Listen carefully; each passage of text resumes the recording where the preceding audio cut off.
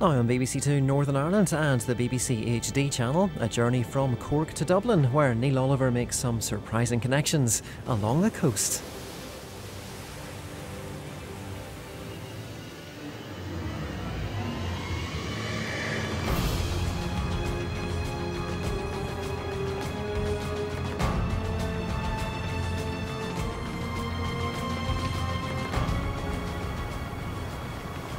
Welcome to the Old Head of Kinsale, here on the south coast of Ireland, and a relaxing start to a great journey and some remarkable stories. Heading eastward, this coast is famous for its great ports, harbours and estuaries. On our Irish Odyssey, Alice discovers the secrets of glassmaking. It's starting to bubble now. This, from the southeast corner of Ireland, is Coast.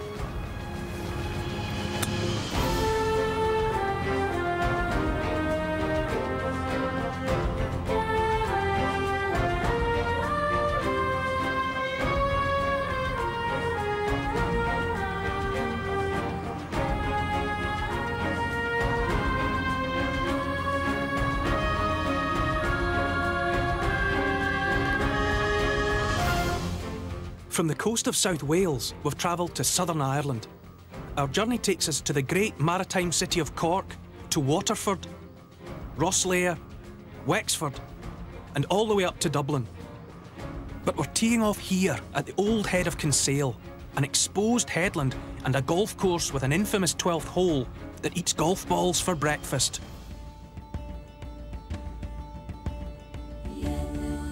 They come from all over to play here. Tiger Woods, me, of course, and someone else who's had a unique and spectacular view of this course. Have you ever imagined what it would be like to see the world as something small, like a golf ball, so that you could almost reach out and touch it? Well, American NASA astronaut Dan Tanney has done, and he comes here to play golf.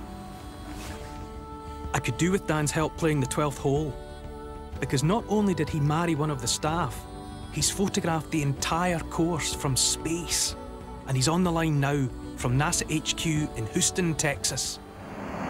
The Old Head is so easy to see because the Old Head is such a distinctive shape on the coast of Ireland. Of course, you're moving at 17,000 miles an hour. I have a piece of video to show you what it looks like, and then once you find the Old Head, you put the big telephoto lens on the camera and snap as many pictures as possible. I can only imagine what it's like standing there on the 12th tee. What a beautiful place, and I really envy you that you get the chance to be there. Well, I mean, I envy you. To change the subject just slightly, what advice would you give to a complete novice confronted by the apocalyptic horror that is the 12th tee?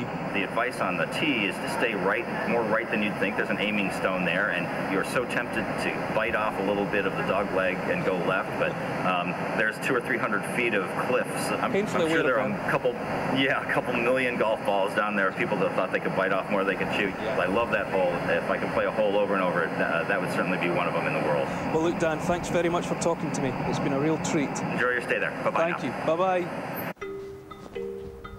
With the guidance of astronaut Dan Tanney, Neil Oliver steadies himself as he faces the dreaded 12th hole. Nerves of steel, this man.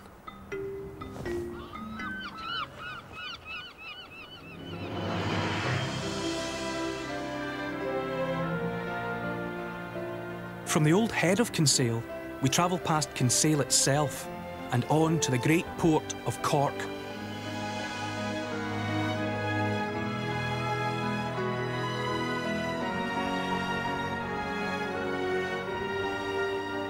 As Cork Harbour comes into view, one thing strikes you immediately. It's huge. It's also one of the finest natural harbours in the world. For centuries, it's been a haven for shipping. Even today, with its deep water channels and proximity to the main shipping lanes, ships come here from all over the world. At the harbour's heart lies Cove. Over the years, Cove has played host to many fine ships. Just recently, the QE2 was moored here on her last voyage before being converted into a hotel in Dubai. Hardly surprising, the public were out in force with their cameras to capture this historic moment for themselves. There's barely a news programme these days without so-called amateur footage of something or other. But it's not an invention of the modern media age. There's nothing new about amateur coverage of historical events. Many years ago on the quayside at Cove, a unique set of photographs was taken. The date, 11th of April, 1912. Outside the White Star Line's ticket office, an excited crowd was gathered, waiting to board the White Star's latest and greatest liner on her maiden voyage. That liner was about to become the most famous ship in history, bar none. The Titanic. She'd already set sail from Southampton, crossed the Channel to Cherbourg, and now her very last port of call before crossing the Atlantic to New York was Cork. On board the Titanic, waiting to disembark as she moored out in Cork Harbour, was a young local man, a keen photographer and theology student, Frank Brown. His uncle and guardian had forked out for Frank to travel on the Titanic first class from Southampton to Cork, but no further. 123 people joined the Titanic at Cove. From that now neglected and decaying wooden jetty right over there, they got aboard 2 tenders that ferried them out to the liner herself further out in the harbour. Only 7 people disembarked, and a bitterly disappointed Frank Brown was one of them. On the way to Cork, he'd been befriended by a wealthy American couple who'd offered to pay the remainder of his passage to New York. He'd sent a telegraph to his Jesuit superior at the college asking for permission. The reply he got was terse and unequivocal. Get off that ship. Signed, Principal. Of course, with hindsight, Frank Brown was one of the luckiest people alive.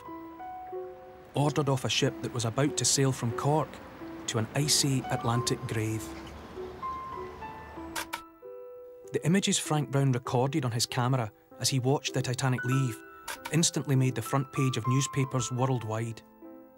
Today, they remain a priceless record, not just of the most famous ship in history, but also an evocation of the joy, the sadness and excitement of Titanic's passengers as they embarked on their tragic journey.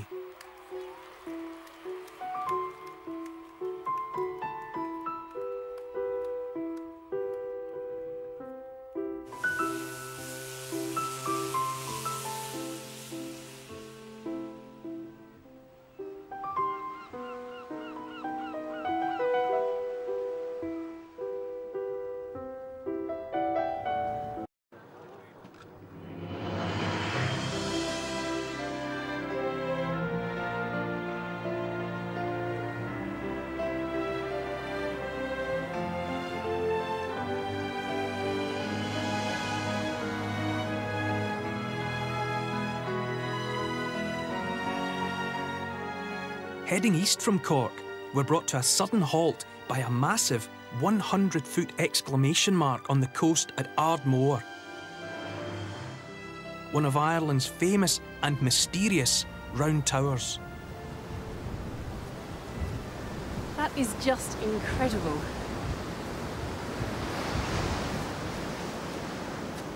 And it's just as much an icon of Ireland as any shamrock or harp.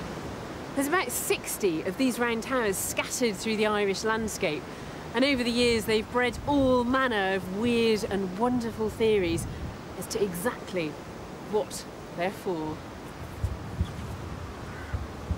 The most popular explanation is that the round towers were bolt holes for priests in times of invasion. But there have been other, less plausible theories, everything from druidic observatories to more recently the idea that they concentrate paramagnetic energy from the stars to help the crops. The truth is probably a little more prosaic than that, and there's a big clue in that the little church just down the hill doesn't have a tower of its own. That's its bell tower, just like an Italian campanile. And they were built from the 9th to the 12th centuries to call the faithful to prayer. But there's supposed to be something even more mysterious than the Round Tower here at Ardmore that's really sparked my curiosity. Something that apparently dates back centuries before either the tower or the church were built. What I want to see is a stone, and on it an ancient Irish way of writing called Ogham. Orla Murphy from Cork University is an expert in this ancient script. This is the Ogham stone then. So that's writing? This is the earliest Irish writing. Is it runes? No, it's like the runic in that it's incised in lines, but it's completely different in that the different shapes obviously mean different things. So here on this section you have the name L and the 3 scores U, G, U, D, E, C, C, A, S. So it's Lugadecus all the way up, right? Then, unfortunately, it got chopped at some point when it was being used for building. So what's the date of this? When did people actually start writing Ogham? It dates from about the 5th century, maybe the 4th, but probably the 5th century, so it's very early. And why do you think people started writing on stone at this time? I think probably that they met with Christianity, and with Christianity came writing. And perhaps they'd used stones as memoria before, but now they were able to translate that using this new technology of writing, of matching sounds to visual symbols. And they've come up with something unique, something that's Irish, and this is it, it's Ogham. Well, I find it pretty remarkable that you can read this. Can you write it as well? Yes, we can write it as well. Should we go and try? Yes. Should we just have a go in the sand then? Yes. So what's happening is we're going to write it either side of a stave, just like as if we were going to write on the edge of a stone. On an upright stone? On an upright stone, yeah, or sometimes on the flat, but just on an edge is important. Okay, so here we go. So reading from the bottom up, we're going to have a notch for your A, 2 lines for your L. Yeah. 1, 2, 3, 4 for your I. 4, 5 actually for your I. 1, 2, 3, 4 for your C. And 1, 2, 3, 4 for your E. E. Okay. I wouldn't want to write a particularly long word of that, I have to say. No, you could be there for a long time. You could. I can have a go myself. So, first of all, the line, which is the edge of the stone then. Yes. A. Yep. So vowels are notches on the edge of the stone or stave. I. And consonants are lines on the sides. I get it. C. E. Perfect. My name in Ogham. Monumental masonry, graffiti, the idea of logging onto the landscape and leaving your name for posterity seems ageless. But it all started here in Ireland more than 1600 years ago, with Ogham.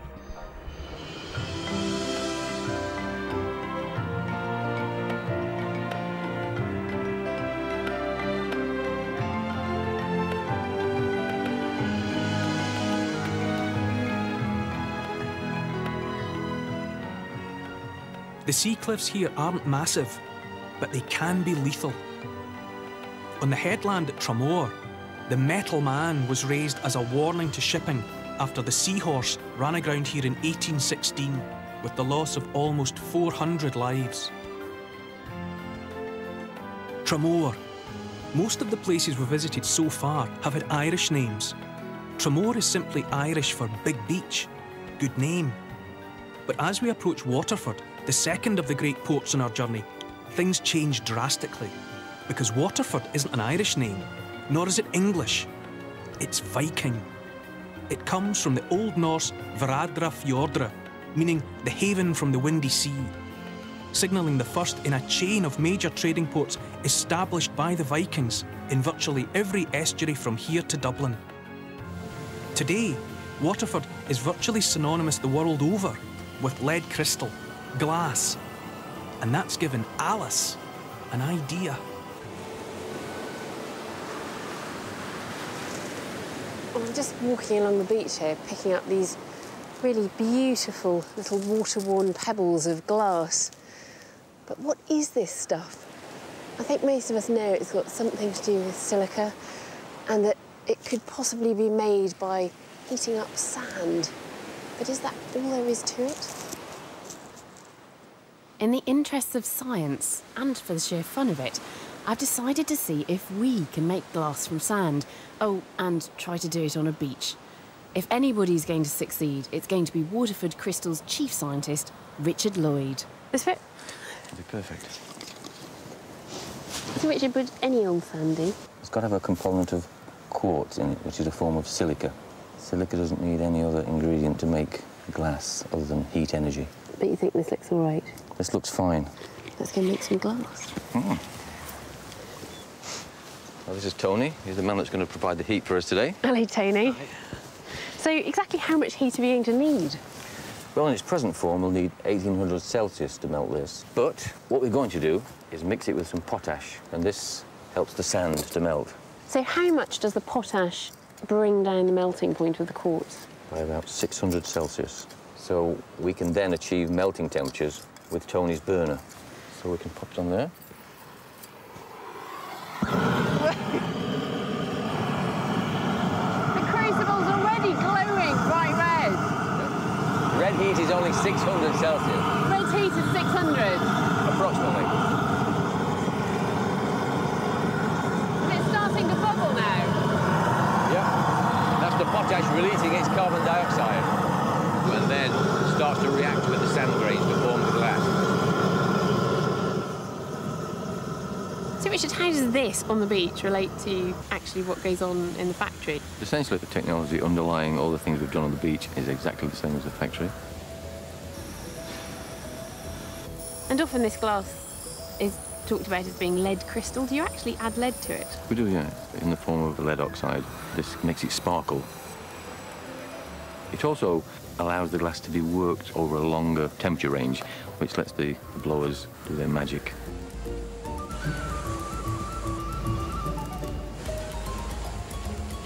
It takes years to achieve this level of skill. Believe me, it isn't easy. I've just had to go myself.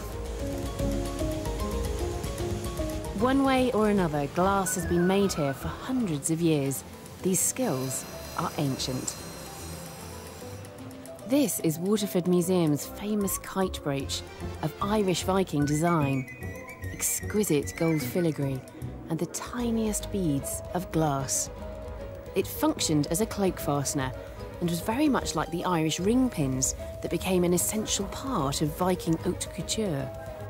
When this brooch was made 1,000 years ago, the glass beads were treated like diamonds. Glass was a precious, hard-won material. Glass is a very special substance. It's not like other solids. It's got no definite melting point. It just gets softer and softer as it gets hotter and hotter. But it has no crystals, that's why you can see through it. Once quartz has formed the glass, the molecules can't rotate and orient themselves into regular patterns, which a crystal is, you see. So they're trapped in irregular shapes. That's what keeps the glass clear. I'll get it. You clear off that way, yeah? Oh, wow. There we have glass from the beach. There is just something really wonderful about being able to make glass from sand. Yeah. It looks really green. That's because the sand we've used has got a lot of iron in it, which makes it brown. When it forms a glass, the iron changes chemically and forms a green compound. Most sands on the beaches around the world will have iron in it. So our beaches are rusty. Our beaches are rusty. What a great day! Not only have we succeeded in making glass from sand, but the craftsmen of Waterford Crystal have made something that harkens back to the very foundation of Waterford itself, a Viking ring pin. That is beautiful. Oh, Richard, that really is lovely. Oh, and it's got designs all the way along it. And it's like a symbol of Waterford, isn't it? The Vikings and the glass. Leaving County Waterford, our journey continues to County Wexford via the Passage East Ferry. On the far shore lies Ballyhack, base camp for the 140-mile Slieve Charman, or Wexford Coastal Path.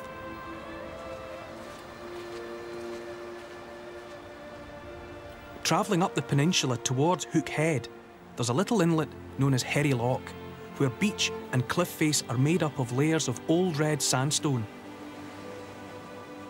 And all over the beach, there are these strange, regular bowls in the rock. You could walk past this and think it was natural. You could just overlook it, think it was maybe cut by the sea or the wind. And if you look really closely, you start to pick out strange marks, cut marks. These are the marks left by tools that have been used to cut something out.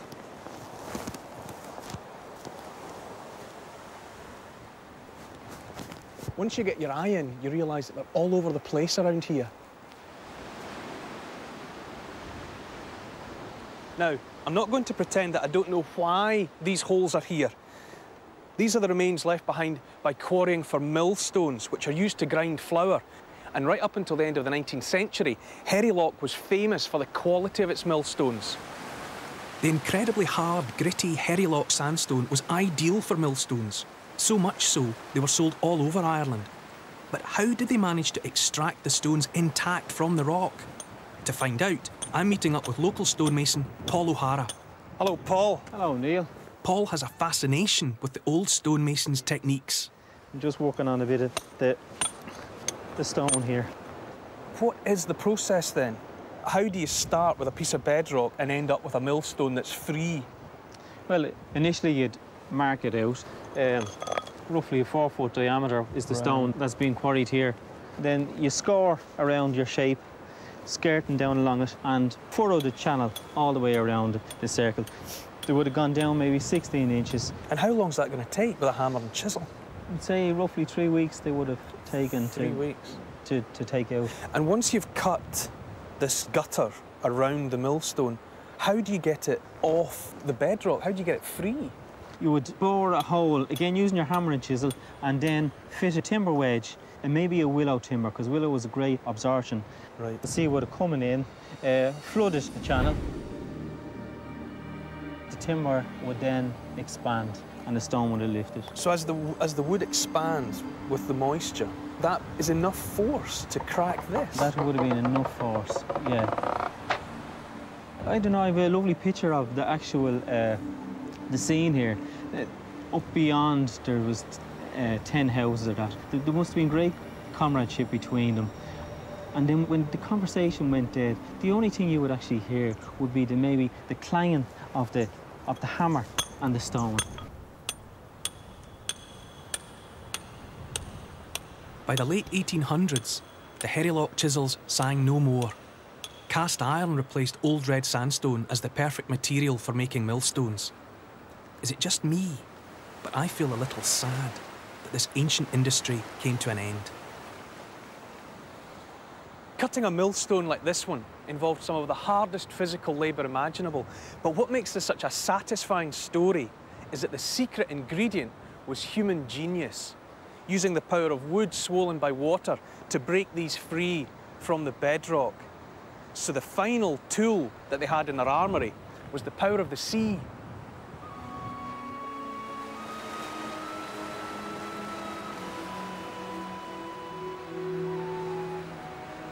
Placid as it might appear, this peninsula has a terrifying reputation for mangling ships. No surprise to find a lighthouse then, but it's perhaps the oldest intact operational lighthouse in the world. In fact, historian and author Billy Colfer believes it dates back 800 years. Now this, I've got to see. Well, Billy, it does look like it's taken a pounding over the years, but how do you know it's as old as you say it is? Well, let's go inside, Neil, I'll show you. Okay.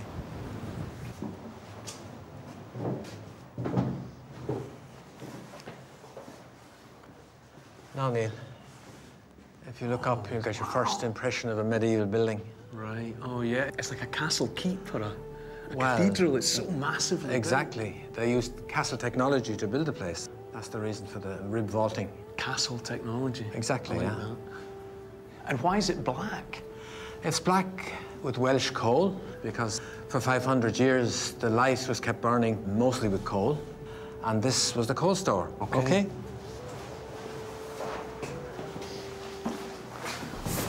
The three chambers are similar, each vaulted. Obviously, the stone vault can be seen as a fireproofing feature. If you have a big fire burning on top of your building, you don't want wooden floors. Over 500 years, that big fire to create the light meant importing thousands of tons of Welsh coal. Whoever built this place had a lot of clout. Our first historic record of the building comes from the Pembroke Estate papers in the 1240s, when the monks of the monastery of Rinduáin are given money for the maintenance of the building. So was the tower built by a monastic order? Is that whose idea it was? No, they were financed by one of the most powerful knights in England, William Marshall, who controlled this area. Good weather, some view.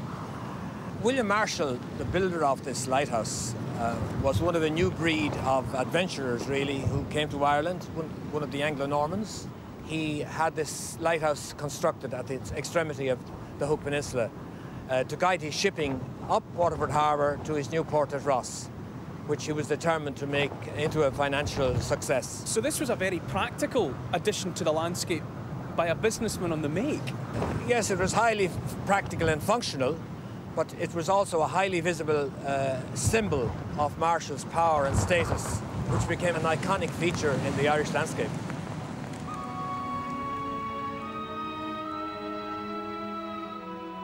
The lighthouse's builder, William Marshall, had powerful connections. It was his father-in-law, Strongbow, who first landed a Norman army on Irish soil, just beyond the lighthouse at Bag-and-Bun and Banno Bay.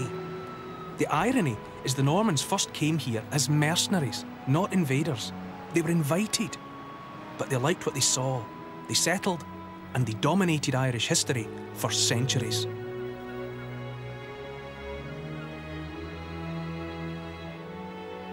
This is Carnsore Point. From now on, we're heading north. Next stop, Rosslare.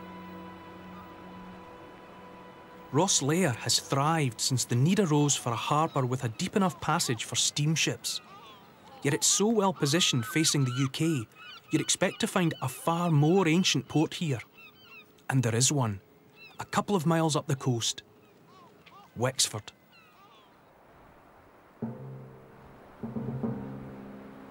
To the Vikings, Wyesfjordre, a wide, shallow harbour. To another invader, Oliver Cromwell, the town of Wexford was a Catholic thorn in his side. In 1649, his new model army wiped out all Catholic resistance and replaced them with a new wave of settlers, the so-called New English.